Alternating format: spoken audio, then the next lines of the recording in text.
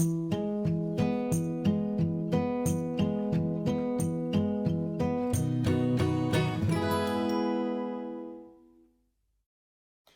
guys, welcome back to the channel. Different video this time, well, sort of similar really. This is a video of like recent finds I got from eBay just recently. During the whole lockdown thing, of course, I've been doing internet shopping and I thought, why not get some DVDs and bits and pieces, of course, that I tend to like actually. First up we've got is The Last American Virgin. This is a German import. This actually came today actually, so I'm quite pleased. This is, it's factory sealed, hasn't been opened yet.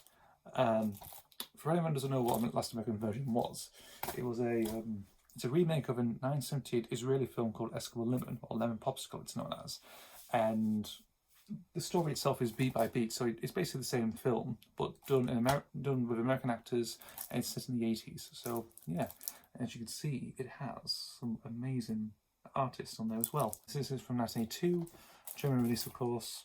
In terms of the age rating, it's region 2, so that's one of the reasons why I bought it, because there's no normal UK DVD releases of this actually. There is one that was released by Aerofilms, but it's a Blu-ray. I don't own a Blu-ray player, unfortunately. I never even buy Blu-rays, but anyway, so this is just here. Next we've got Waxwork. This is from 1988. This is directed by Andy Hickox, who directed Hell Was Free, Hell on Earth. Also he did a sequel as well called Lost in Time that was released in 1992. And yeah, pretty decent. This sort of stuff never happens in the film, so it's basically like just some weird artists to freak people out really. That guy's in the film though. A bit bonkers in places. Has a good cast though as well, because you have Zach Galligan from Gremlins as well. You have Patrick Macnee from Avengers, and you have David Warner. Quite forgotten actually, so it's a bit of a gem really. It was released from Vestron released a 2-disc edition, of course, on Blu-ray. This and the sequel, Lost in Time, as well. So, full. This is a Lionsgate reissue from 2006. This is, and the DVD itself, not the best anyway, isn't it? This version is actually from 2016. This is, so just let you know that one. I've got 4 more DVDs to show you, and these are classic Doctor Who DVDs, of course. If you like classic Doctor Who, of course, stick around. First up, we've got is the Ark. Next up we've got is the recent DVD release of Doctor Who, and that is the reconstruction of the Faceless Ones. Next up we're going to the Colin Baker era, Twin Dilemma. I think this is the last Colin Baker DVD I needed for his era really. And the final one we have got is a bit of an oddity itself, and I thought I might get this actually, so for that, again, another completist one. Scream the Shalka. No, if anyone doesn't know what Scream the Shalka was, it was basically a BCI adventure that was done in 6 parts over on the BBC website, and it was to celebrate the 40th anniversary of Doctor Who, so this came out in 2003, and originally granted the Doctor Sir Derek Jacobi as the Master, Sophie Ikonodo as, what's her name, Alison Cheney, and Craig Kelly's in this as well actually. So it's got a decent few bits and pieces. It's written by Paul Connell, of course, quite established author, of course, so I like his stuff. And Cosgrove Hall animated this actually, so if you're, they went on to animate The Invasion as well. Pretty good. Also David Tennant in this as well actually has a little cameos, like a warehouse worker as well in this one. So it's very standalone because they never did any more of this, because Russell T Davies announced back in, I think the same time, around the time this was getting released, or in post production, and Doctor Who was actually coming back for the television screens with Christopher Eccleston, of course. So this was just a one-off really, and people, and just people forgot about it really. Of course, there was a short story afterwards called Feast of the Stone, but nothing else since with the Shalka Doctor, or the REG Doctor, he's known as, really. But yeah, pretty good stuff. Speaking of which, we're going to talk about 3 books now, and they are Doctor Who books as well, actually. Now, these were released by Virgin, they are, so these are from 1996, and it'll be probably interesting to see if people probably think, oh, you got a few more, haven't you? Well, I've got 2, actually, and I've got this one here I'm going to show first. I'll start with this one first, because I think it's released in Chronicle. This came released in, I think it's in May, actually. May 96, this is. And this is A History of the Universe by Lance Parkin. This is basically a timeline, like a a timeline to do with every Doctor Who episode, every televised Doctor Who episode, from Unearthly Child to Survival. But he also catalogues the first 50 Virgin New Adventures from Time Room Genesis to Happy Endings, and the missing adventures from God of Opera to the Sands of Time as well. So pretty interesting. It's a very, very sort of thing, like a history thing of different times, of course. For example, if you go to let me think. If you look at all this sort of stuff, it's like, roughly in the 70s, of course. You have all this stuff as well, of course, detailing, like, well, this is basically most of the 1970s, of course, to the 80s of the terms of stories which are set in, actually. So all bits and pieces are set in. And all these stuff in highlighted is the version books as well. So that's pretty good. That is, it's interesting, actually. And this is quite defunct now, actually, because there's been different expanded versions since then. But that's why like a collector's item or a bit of gem to hold on. It's pretty good, actually. Interesting picture of half of Sylvester McCoy's face. I think that's one of the original concepts of the title sequence, actually. And they still retain the old logo as well, which is embedded everywhere. Also, as well, that's for Happy Endings. That's the advertisement for Happy Endings. That's nice. Also, we've got a little bit for Sands of Time as well. Pretty good. Nothing really else to say on this one. Again, just by Rainbow Lance Parkin, who wrote Just War, he wrote Dying Days, he wrote The Infinity Doctors, Father Time, Gallifrey Chronicles is another one. He also wrote The Eyeless as well, with the 10th Doctor as well. So, very profound author. He's also done some Big Fish stories as well. Davros springs to mind, that does. And yeah, pretty good find. So that's one. Now we go to the two Virgin New Adventures. These are both from 1996. So yes, and the first one's going to be pretty surprising for people, and it's a memorable one as well, which is Damaged Goods, written by Russell T Davies. I'm actually currently reading this at the moment. I'm on chapter 6. I think 115 I'm on, actually. So far, it's a bloody good story. This is very dark, very soap opera adult, really, and it's just superb. I got this like maybe, I think earlier this week, actually. I think on Tuesday, actually. So really good artwork as well. Of course, the Kappa rising from the grave, of course, of the N form. Really good. Nice bit of bios in there.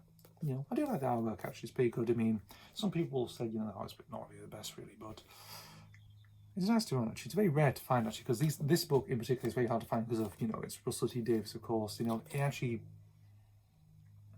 has links to all bits and pieces, of course. It's like, someone described like it's this whole era condensed into one book, because you have like the Tylers, of course, which is basically not really the same Tylers, but a different family called Tyler. It's set on a council estate in the late 80s, 87. 87, I think, will probably it's sort of like people will probably think, Father's Day, which is saying 87, of course. A mention of Torchwood as well is in there, and like one gay character as well, side character, but also one of the companions actually sort of becomes gay, very much, or basically has a kiss with one of them, actually. So shows off his homosexual side, really, in this book. But it's good. Just to clarify, it's with the 7th Doctor Sylvester McCoy in this one, even though this was published in October 96. So this is after the TV movie was broadcast. So when the TV movie was came out, the BBC took back the rights. They basically stopped Virgin's licensing of the books and decided to do their own, really. Personally, I think the Virgin did better with these, actually, than the BBC did, to be honest. I mean, there's some good, interesting books, but I think this line in particular is more better. It's more daring. A lot of boundaries are broken in this one, of course, and there's a lot of great talent. There's quite a good few number of good writers and novels as well in this one. You have your adults as well, but that's what you're supposed to get, really. But overall, it's fantastic. Great stuff. I'm still reading it, so it's a fantastic read. So far, it's been great. So if you try to track a copy of this down, I would do so, because it's fantastic, actually. And I know Big Fish did an audio adaptation of it back in 2015, so about 5 years ago, but I don't know, really. But I think for me, the novel works better than an audio, I think, really, to be honest. You get so much out of that, really. The context, and it's lushness and everything else, all its creativity.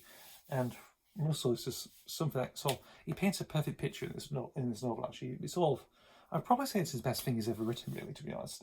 He's done good stuff as well, but I do consider this, strangely, his masterpiece. Controversial, but hey ho.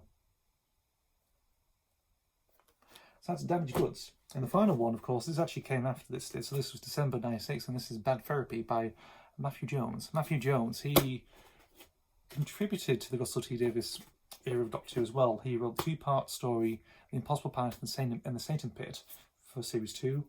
And he wrote an episode for Series 2 of Torture, I think it was called Dead Man's Shoes as well. I think, but since then he hasn't done much. I really like to see him tackle another Doctor Who story as well. If I was showrunner, I would probably bring him back, actually, you know, as a writer, you know, because some of this stuff actually is pretty good. I mean, Possible Planet Satan Pit is one of my favourite 10th Doctor stories ever. I think the top, just below like Human Nature and Family Blood, of course. You know that is sort of creepiness, Lovecraftian sort of stuff, really. This is pretty good as well. I've heard about good things about this, you know, even though someone I remember on the Facebook page mentioned it's a bit like, it's all going back to the early stuff, really, with the new adventures. You know, it's quite sketchy and a bit hard, you know, just like, you know, it's, you know, that sort of thing, really. But I don't know. People say it's quite good. I won't say much about it, but it's getting close to this because this only features the 7th Doctor and Chris, whereas the Damaged Goods one featured him, Chris, and Roz. Roz, well, interesting because these were published straight after, really. So, in between them, there's meant to be a novel called So Vile a Sin that never got published until May 97. So, strange. Really, it's just to do with hard drive stuff and also bits and pieces with Ben Aronovich and Kate Allman and the editors as well, I think, have a bit of an involvement in that one as well. So, yeah. But I'm looking forward to reading that Bad Therapy after, so I'm still reading Damaged Goods, so I'll go to Bad Therapy next and see what I think of it, actually. I think it's meant to be good, because people say it's like a gem, of course, of the new adventures, really. So, yeah, I'm looking. And this is the last novel, actually, to feature this logo, of course. Afterwards, they just basically just stopped because of the licensing thing, of course. So, the last novels, of course, the last version novels released in the first 5 months of 97, they just included just that, really, and nothing else. Same artwork and everything else, but they got rid of that as well and replaced with the Virgin logo, of course. So there you go. But I'll be really getting to that in eventually, you know, because I've collected quite a lot of Virgin stuff. If you looked at my video of the Nightfall novels, you know, there's quite a few more to look on. Actually, I still got quite a lot, actually. You know, let me think. Everything from Cascade Times Crucible to Parasite, 7 novels from 95, 4 novels from 96 now, and 1 from 97, of course. So I'll probably be collecting more if any prices I find. I think that's why I bought these, actually, because they were quite low prices and they were free postage as well. So I was quite pleased. So I thought, get them instantly. I'm quite pleased with what I've got. And the final thing, of course, is an LP, and I have a history with the first one, of course. So this is Happy Days Volume 2. This is from 1991, compilation. Compiled together by a radio DJ called Gary Crowley, who did the first one. The first Happy Days I got free, and now that's what I call Music 10. I got it from a pal when I was about 16, 7 years ago, really, and I thought it was a poster, interestingly, so I thought I managed to get it. I didn't realise it was a free LP, and it said Happy Days on it, and that features stuff like, got like James, Happy Mondays, Soup Dragons, Primal Scream, Jesus Jones, you know, big, what do you call that one? Was it Big Ultimate Daffodils or something? Or Big Ultimate Fat Daffodils or something? Soho, Pixies as well, you know, Ride as well. This is quite a good one, actually. It has a decent few bits and pieces, of course, because you've got the Cure on there, you've got the Lars. I'll try and go for the track list, actually, so it'll be pretty interesting. So on side 1, you have the Lars, There She Goes, the High, Box Set Go, Paris Angels, All on You Perfume, 1,000 Yard Stare, Wonderment, Dinosaur Jr., The Wagon, and rounded off side 1, you have the Dylans, Godlike. Side 2, you have Cure, Close to Me, which is actually the Paul Oakenfold remix. That came from that remix album from 1990, I forgot what it's called now. It's a singlet, of course. Then you got Chapter House with Pearl, The Real People with Window Pane, Top, She's Got All the World, 5:30, Something's Got to Give, Lush, Sweetness and Light, and Carter, the Unstoppable Sex Machine with Falling on Booze. Carter, the Unstoppable Sex Machine actually appears on this one and Happy Days Volume, the first one actually. So with Sheriff Fatman, of course, which is actually pretty good.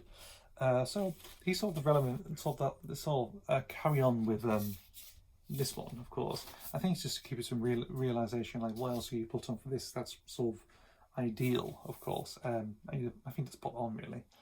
I like the cover though. Psychedelic Lobster, very much, or lobster with a hint of LSD.